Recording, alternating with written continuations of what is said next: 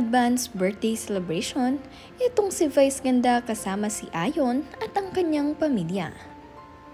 Ngunit bago ang lahat, huwag niyong kalimutang mag-subscribe at pindutin ang notification bell para maging updated sa ating mga susunod na videos.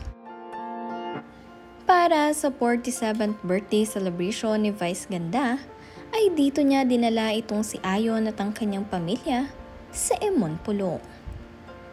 Ito ay isang private island dito sa Zambales kung saan kailangan nyo pang magbangka upang makapunta rito. Masayang-masaya naman nga ang buong pamilya nitong si Vice para sa kanyang kaarawan ngayong araw. May ilan nga rin na nag-island hopping dito ang nakakita kay Vice Ganda at Ayon at nakapagpa-picture pa sa kanila. Nakakatuwa nga rin dahil itong si Vice ay nag-e-enjoy sa kanyang kaarawan.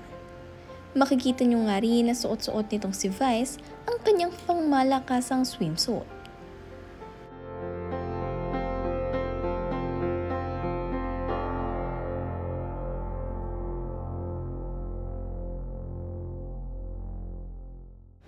Nagkaroon naman nga sila ng boodle fight dito at mayroon pang pa-happy birthday Vice ang Emon Pulo para kay Vice Ganda. Muli, happy birthday sa iyo Vice and enjoy your day.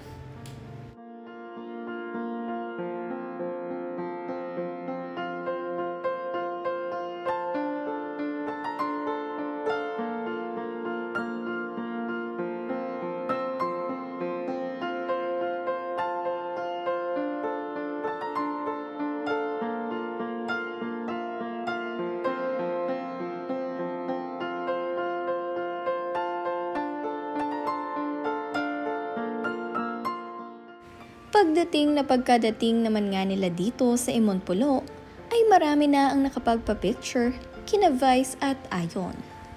At ayon nga sa mga nakakita rito, ay sweet na sweet daw ang couple.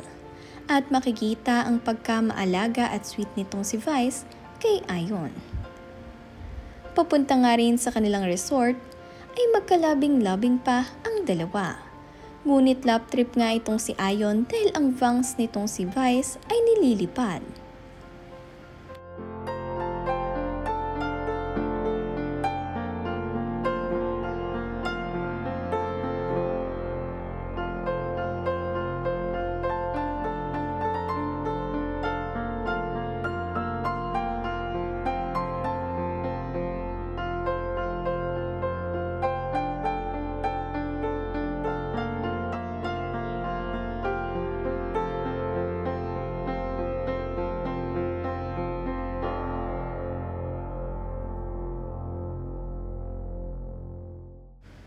Kilig naman nga ang mga fans at supporters ng Vice Ayon nang makita ang video na ito na sweet ang kanilang mga idol.